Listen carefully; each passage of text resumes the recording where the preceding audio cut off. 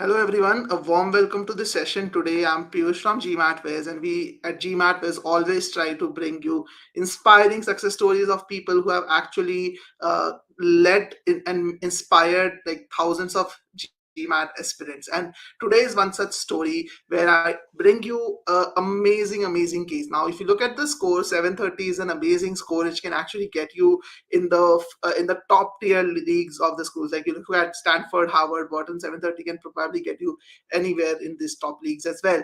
But what makes this story even more special? Like I have covered stories of people who have scored 760, 770s on the GMAT also. But what makes Tejas' story even more important or even more inspiring is the journey that he had to go through to get to this score. It was not something very easy that happened. Like he had to go through the grind, and probably there was nothing in the world that he left to kind of turn around it. So I really salute the perseverance and grit of Tejas. He kind of went through every single thing. Like if I remember correctly, he started with Magoosh, he started then moved on to Manhattan, tried with even EGMAT, then took up private tutoring sessions from Crack Verbal, did every possible thing for almost 2 years across multiple attempts, and was always dealt with a score which was around 650, 660 in that range itself.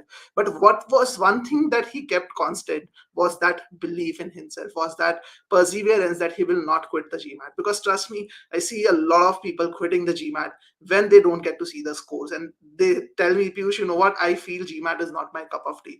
But this guy made sure that he believes in himself, and the very first attempt, he cracked the 700. He did not just crack the 700; he made it to 730. So again, I've done a very big monologue here, but I am really excited today. So without any further ado, I would invite Tejas with us to talk about his story. So Tejas, how did you feel when you got that 730 in the final attempt in front of your screen? What was the feeling? What did you hear that feeling? It was like a huge burden off my shoulders. Definitely. I was so happy. I did not want to do anything else. I just kept on calling people who supported me, my family, my friends, and I just told them that I scored 730. And yeah, I was so happy. It felt so liberating. Okay. Did you also feel that this is something unreal? Maybe like seeing that score was just the relief that okay, it's done now. I don't want to take the test again. How Definitely was the feeling? unreal. Yeah, definitely unreal. I could not believe my eyes. And every attempt that I gave, I expected that I would score better, but every time I used to see a failure. But this time it was different. It's so I mean, I was completely frozen. I don't know what I was going to do next. It was unreal. And just to give users a little more context, guys, many people see the scores increasing, right? And even then they're not able to maintain their motivation. They just had his ups and downs. Like there were cases when he hit a verbal 34, then he went down to a verbal 20 again, and with the verbal 23, 24 again. But what is important in this case is that to keep his motivation in thought process intact, to believe in yourself, to not lose your calm and composure. And in the one go itself, he was able to hit that verbal 40 mark again. So it's that thought process, that positive state of mind is very critical. So let's start with the very beginning, Tejas. I don't want to kind of talk about it myself. So let's start from your journey. When did you think about GMAT? What did you do in the beginning days? And let's start with that, and then I'll ask follow-up questions. And just for the users, you guys can also ask your questions. It's a live interview for a reason. You guys can also ask your questions. If you have any questions, feel free to share it with us. But yeah, let's start from the beginning stages. Yeah. Yeah.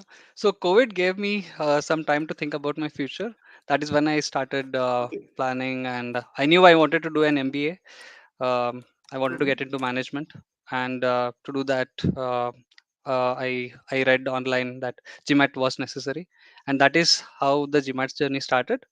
And initially, I opted for the cheapest resources that was available. Uh, and the concepts were okay. Uh, I was able to understand a bit, but my first attempt, it was not that great. I could have definitely done better. Uh, uh, then I also used the official books, but the explanations they were not at all helpful. they were very vague. They did not give you any input that you could work on or you could improve on yourself. Then I opted for another resource. I used it for around 10 months. It was pretty good. It marketed itself as an expert in verbal. So it helped me, but and I reached V34 from V23, but that was not enough. I looked for support from them. I even mailed them asking for some help for my next attempt, but all they could tell me was that I had to complete the course, achieving at least 80% to 90% accuracy in the Do the course, cementing quizzes and all whatever questions were things there. basically. Yes, yes. Hmm. Yeah, cementing quizzes and those things. But I felt they were kind of repetitive and they will not help you much. And I got frustrated, and then I kept on looking for other resources. So by this time, I was done with almost 3 attempts.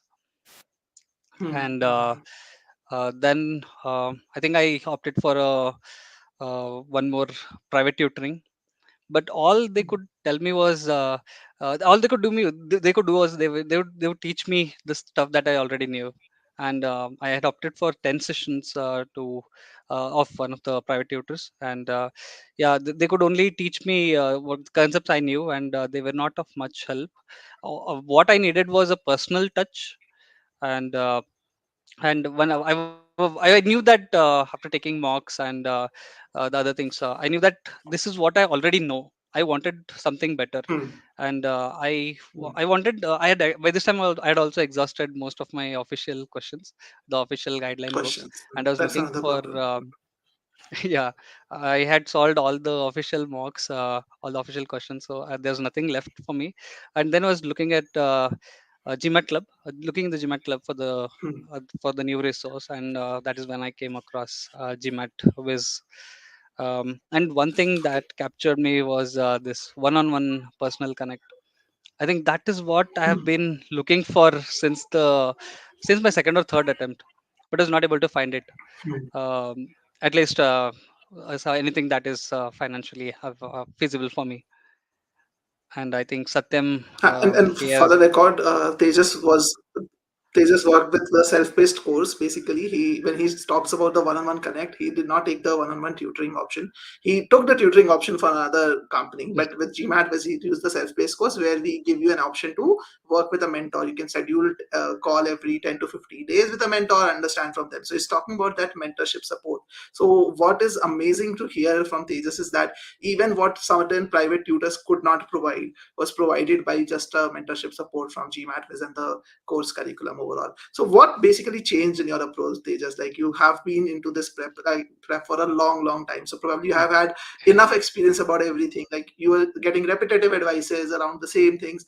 But what changed? Like I'm sure that GMATWhiz did not do a magic at the end of the day. Many of the viewers might be thinking that this is a paid interview. I've called you with all the history in the back. And this is the genuine case, guys.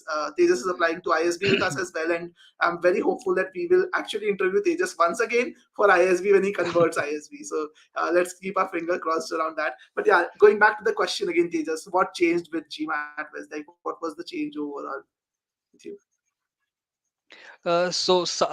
Satyam especially deserves a special mention when I talk about my 730. So I talked to Satyam, and he kind of asked me to solve a set of questions, and he analyzed what mistakes I made, and he found out that there weren't many conceptual gaps. And I was able to solve most of the hard questions and medium level questions and all of the easy questions. Um, what was the problem was the timing aspect and my test anxiety. So that is somewhere where I was Okay. faltering. And the way he asked me to solve a specific set of questions, he asked me to time the exam, or the time the questions that I solved. Uh, he also asked me to review the questions in a certain fashion, and I think that is what helped me the most. So the quarter wise breakdown of the questions, and looking at the mocks. So the one more thing that I would mention is the GMATWhiz mock tests. They are also really good. They help you. They give you all this detailed analysis, and the GMAT AI. Okay. It identifies all the weak concepts or conceptual gaps that you have, and Okay. what questions you should study. Okay. So Okay. because Okay. of Satyam, So I what I was able understand to is target basic. those areas. Understood. So basically, because of your mentor Satyam, who helped you in identifying the root cause, because that's what we call as root Yes. cause analysis, and that's something which I always recommend people to do, because in many cases, people don't go wrong with their studies in the sense of understanding concepts or understanding the process. It's mainly because they're not even able to understand that, okay, what is actually stopping them from getting the target score. So that root cause analysis, I think, is very, very critical, and it's important that you do the right root cause analysis always. And that's something which Tejas was able to get from Satyam. They analyzed and understood that these are the areas that they need to tackle. But again, if any one of you wants to understand where they are going wrong, how we can help you in improving their score, feel free to schedule a call with us using this link. Is there in the chat here. Feel free to reach out to us. But main thing was that root cause analysis. So tell me one thing, Tejas, like, did you guys start Mhm. directly with the root cause analysis, or did you go through certain other areas first, that, okay, let's start with focusing on, like, since verbal is your weakest area, let's do a certain part of the course and then let's go to the marks. So how was the strategy in the very beginning? Let's start from that as well. Yeah. So Satyam, initially, so I had only 30 days to for my exam. So because of some Okay. timing constraint, I had to schedule. So I did not have much Okay. time. So Satyam asked me to Mhm. solve or go through concepts as quickly as possible. Then he Mhm. asked me what my weaker areas were, and they were definitely the Okay. reading comprehension questions. So we tackled those things, even cons, Mhm. the when I solved the Okay. course questions, it told me, or it showed me which areas I was lacking, Mhm. or where I had to improve. So Okay. the portal has this blue and green scheme, wherein it The shows color coding is where there I lack. basically. Yeah, the color coding. Yeah, so Mhm. it helped me analyze my weaker areas. So because I have given the Mhm. or I have attempted GMAT so many times, I always thought that I knew this concept, I knew that concept. But when I really Mhm. went on solving the questions deeply, it was not the case. Okay. So the GMAT Okay. was helped in that aspect. Yeah. That was the thing. So you, what I understand, again, your voice broke a little bit in between. So what I understood was Okay. that in verbal, you focused a little more on reading comprehension, because that was turning out to be a weaker area for you compared to the other one, basically. And in quant Yes. also, you analyzed, like, based on the GMATWhiz dashboard and the test that you did, that what are your weaker areas, and you only focus specifically on those weaker areas. So that's another Yes. important takeaway for all the users who are with us, that if you're working on a short timeline, 30 days, and again, I'm not saying that it's a one size fits all approach. We have a lot of students who we have asked to kind of do a significant part of the course as well in those 30 days, but it totally depends on where you stand and what's your skill level. So they just was someone who was coming with a lot of history with GMAT. So he knew a lot of things around the various areas. So it was important that you focus on the like weakest spots. So he did that and then started moving to mocks. Okay, so I'll deep dive a little bit on reading comprehension. So since you said, Tejas, that RC was your weakest section, what was the change in thought process that you brought in for reading comprehension? Like, is there any change that you brought in, or it was just more solving of more questions, or how was that? No, it was not solving more questions, but solving them methodologically or methodically. Okay. Uh, I have been solving, or RC has been my weakest area since the start of my GMAT prep. So what I used to do is solve as many questions as possible without going deep and understanding, because that is Okay. something, Okay. many of the passages were dry, and that is something I could not have improved. And reading Hmm. regularly would have helped, but I took a gap, or I took many gaps in between, and I ended up studying more and more. Uh, for RC, what I did, or what Satyam asked me to do is, he asked me to go through all the official questions, solve as many questions as Hmm. possible, but not all on the same day. So I used to divide Okay. them properly.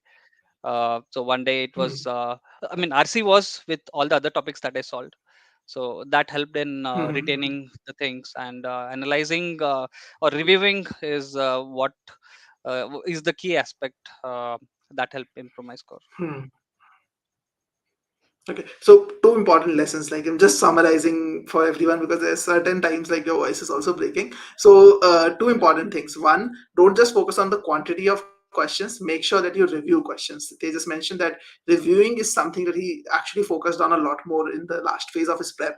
Second thing is don't try to jump onto solving all the questions on the same day. Like you're doing RC on a specific day and not the other day. So it kind of basically creates a momentum break as well in the entire timeline. So tell me one more thing, Tejas. You mentioned that you started doing RC methodically. So did you change your approach towards RCs also? That okay, earlier you used to do RCs in this way, and now you're doing RCs in a different way. Maybe the question solving part I'm talking about, not the strategy part in terms of let's say doing RCs on a specific day or not. No, my approach to RC has always been the same. That's read the Okay. passage without looking at the questions.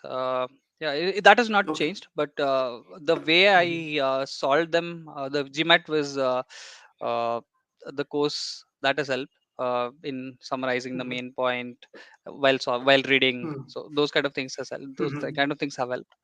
Other than that, not much Okay. change.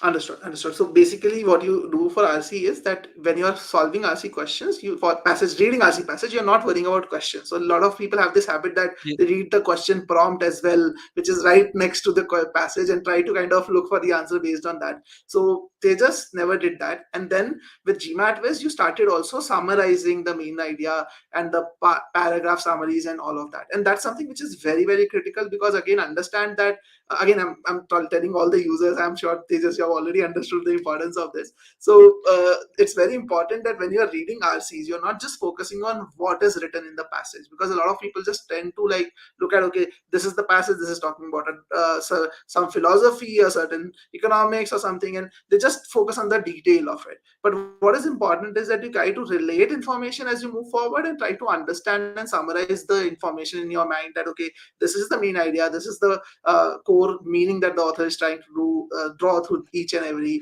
part of the passage. So that's something which is Also, very it's very critical for you to do. All right, so critical to also it's critical to understand which part of the passage can be visited later, so that will take right. burden away, because if they do not ask any Hmm. specific question on that detail, then you'd just be wasting your time.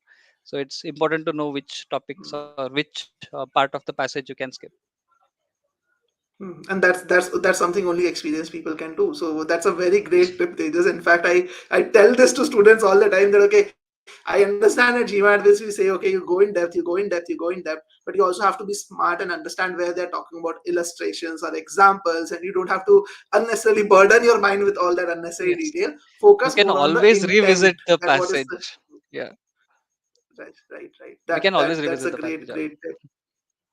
That's a great, Mhm. great tip. So they're just moving on to the most important question, I think, in the entire journey. Like, I think the biggest challenge which a retaker would have, especially someone with multiple attempts as you had, when you enter the test room, like you have probably visited the GMAT test center multiple times. So when you enter the test room, how do you stop your mind to not think about or distract your mind from all the noise around you, that you know what, they just, you have done this, last time it didn't go well. How do you handle that anxiety? Like that's something which I would really want to know, and probably refer to a lot of other people also. First of all, I would suggest do not think of any outcome. Just be Hmm. just be confident on yourself and know that you will do well. Do not think of any outcome. Do not visualize what will happen if you get so and so score. If what will happen if you don't get so and so score. Just be happy. Just be motivated. Just do whatever you have gone to the test center to do, and keep yourself hydrated. That's important. But what you just said, Tejas, like don't think about the outcomes. I tell this to people all the time, and I'm pretty sure that you also knew this in other attempts as well. But how do you really do it? Like that's the main thing. Like it's easy to say, but on the day of the test when you're walking in, not to think about the previous dates. How did you do it? Like is there any change in that You also just that have you to. managed? You just have to think of a particular scenario in life. That's what I did. I thought about some Okay, movie plot, try to distract myself okay. from it. I thought about some work, kind of work thing. So yeah, you just have to distract yourself. Uh, No, that's a great tip. In fact, like I did, I remember my test day. I was like wearing earphones and listening to music the entire journey on the day of the test. Like that happened, and then when I visited the test center, I was like seeing there were like two three people who were already there before me, and they had the official guide. Some people had their notes, and they were like scribbling, even solving questions at that moment, and just to not feel that pressure, because when you see the environment, like it's like okay, everyone is doing this, you also feel okay, I didn't have a official guide, I didn't have any notes, I just went with my passport and just to attempt the paper. So you get that anxiety also when you see people around you doing that. And in my head I was saying, I was trying to, again, not to demean others, but it was just the way of distracting myself from that thought process, that okay, how foolish are they, like they're just solving questions right now, is like whatever they have done in the last 2 3 months or 4 months of prep, something is going to change in the last 5 minutes, it's not going to help them. I was just trying to kind of, whatever way I was trying to distract myself from that fact, the environment. So it's very I just important have that to add one more distraction should thing. be done. Yeah. Huh, So please. more than the test day, it's what you do before the test day. So all Hmm. my attempts, all the previous attempts, I used to solve multiple mocks the previous day, and I kind of tired Okay. myself out. So that will also add Hmm. to the test anxiety. So do in Okay. the day before the test, relax as much as possible. Just revise the concepts. Satyam helped me do that. So he helped me target or just revise the concepts that was weakened. Uh, so yeah, do not do any mocks 1 or 2 days before the actual test, and try to schedule your mocks or try to schedule your mocks whenever you have scheduled around the same time that you have the exam on. For example, if you have a Hmm. test at 10 a.m., then try to solve your mocks or try to attempt the mocks around the same time. So that will get you in a proper mindset. Very, very great tips. In fact, that's something which I always tell people to do. Train your mind to be active around the time and don't stress yourself before the test. So thank you so much, Tejas, for such great insights into your journey. And I'm really happy to be a part. I have been a small part of it, probably at the back end, like when we created the GMATWhiz content. But kudos to you and Satyam for turning this around and actually having a great result out of it. And give your 100%. ISB's deadline is still 3 days away, so give your 100% on the application.